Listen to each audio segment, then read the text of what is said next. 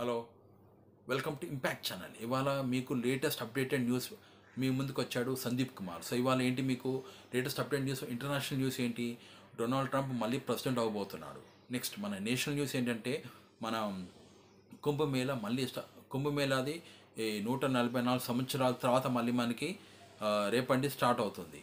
Next మన state news ఏంటంటే మనకి ఆ, హిందీ భాష గురించి ఇటు నార్త్ ఇండియా వాళ్ళు ఇటు సౌత్ ఇండియా వాళ్ళ మధ్యలో మనస్పర్ధాలు రోజు రోజుకి పెరుగుకుంటూ వస్తున్నాయి. సో ముందుగా మన ఇంటర్నేషనల్ న్యూస్ ఏంటంటే డొనాల్డ్ ట్రంప్ 47th ప్రెసిడెంట్గా రేపు రేపు ప్రమాణ స్వీకారం చేయడానికి రెడీగా ఉన్నాడు అనమాట. అతను ఆల్రెడీ 45th ప్రెసిడెంట్ అతనే, మళ్ళీ 47th ఇది రెండోసారి అతను పదవి తీసుకోవడానికి ఇదే రెండోసారి అనమాట. అట్లాగే అతను రిపబ్లిక్ పార్టీకి చెందిన అతను. ఆల్రెడీ ఏంటంటే మన ఇండియాకి ఇండియాతో అతనికి మైత్రి చాలా ఉంది ముందర నుండి. అతను ఇండియా అంటే చాలా ఒక సాఫ్ట్ కార్నర్ అనమాట. సో అప్పుడేమో సాఫ్ట్ కార్నర్, ప్రస్తుతము మరి ఇండియాకి ఇంకా ఫర్దర్గా మనకి సాఫ్ట్ కార్నర్ ఉంటాడా మనకి, అంటే మన అనుకున్న దాన్ని చేస్తాడా లేదా అనేది ఫర్దర్గా చూద్దాము.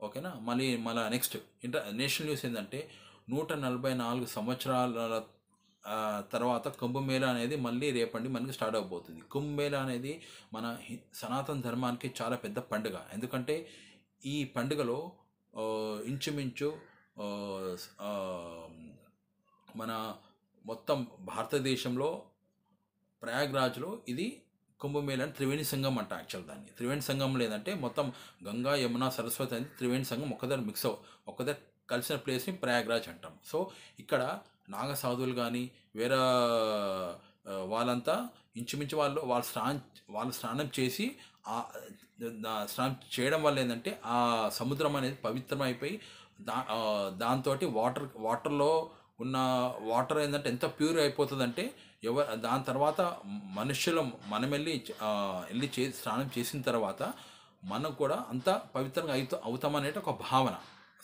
సనాతన ధర్మం భావన అన్నమాట అది.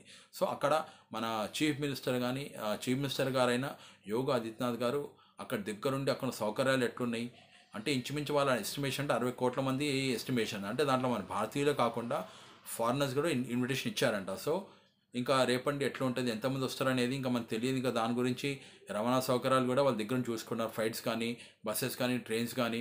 సో అది పబ్లిక్ ఇబ్బంది కాకుండా వాళ్ళ దగ్గర నుండి ఎవరు ఇబ్బంది పడొద్దని చెప్పేసి వాళ్ళు ముందే అన్ని ప్లాన్ చేసుకుంటున్నారు. అదే ఇప్పుడు స్టేట్ న్యూస్ ఏంటంటే మన హిందీ భాష గురించి ఇటు నార్త్ ఇండియా కానీ ఇటు సౌత్ ఇండియా మధ్యలో మనస్పర్ధలు స్టార్ట్ అవుతున్నాయి. ఎందుకంటే ఇప్పుడు నార్త్ ఇండియా వాళ్ళు ఏంటంటే వాళ్ళు ఇన్సిస్ట్ చేస్తున్నారు. ఎందుకంటే అక్కడ వాళ్ళ మాతృభాష అనేది హిందీ అనేది వాళ్ళకి చిన్నప్పటి అలవాటు. ఎందుకంటే వాళ్ళు డైలీ మాట్లాడే భాష హిందీ. అదే ఇటు సౌత్ ఇండియా అనుకోండి, అంటే ఇప్పుడు సౌత్ ఇండియాలో ఏంటంటే మనకి కర్ణాటక కానీ తెలంగాణ కానీ ఆంధ్ర కానీ చెన్నై కానీ అంటే ఒక్కొక్క రాష్ట్రంలో ఒక్కొక్క భాష. అయితే ఇక్కడ మెయిన్ ఏంటంటే మన చెన్నై వాళ్ళతోనే ఉన్న ఇబ్బంది. చెన్నై వాళ్ళ ఆలోచన ఎట్లుందంటే వాళ్ళు మాకు తమిళే ఎక్కువ ఇంపార్టెంటు, తమిళ్ తప్ప వేరే భాష మాట్లాడము అని చెప్పేసి వాళ్ళ ఆలోచన. ఎందుకంటే ఇప్పుడు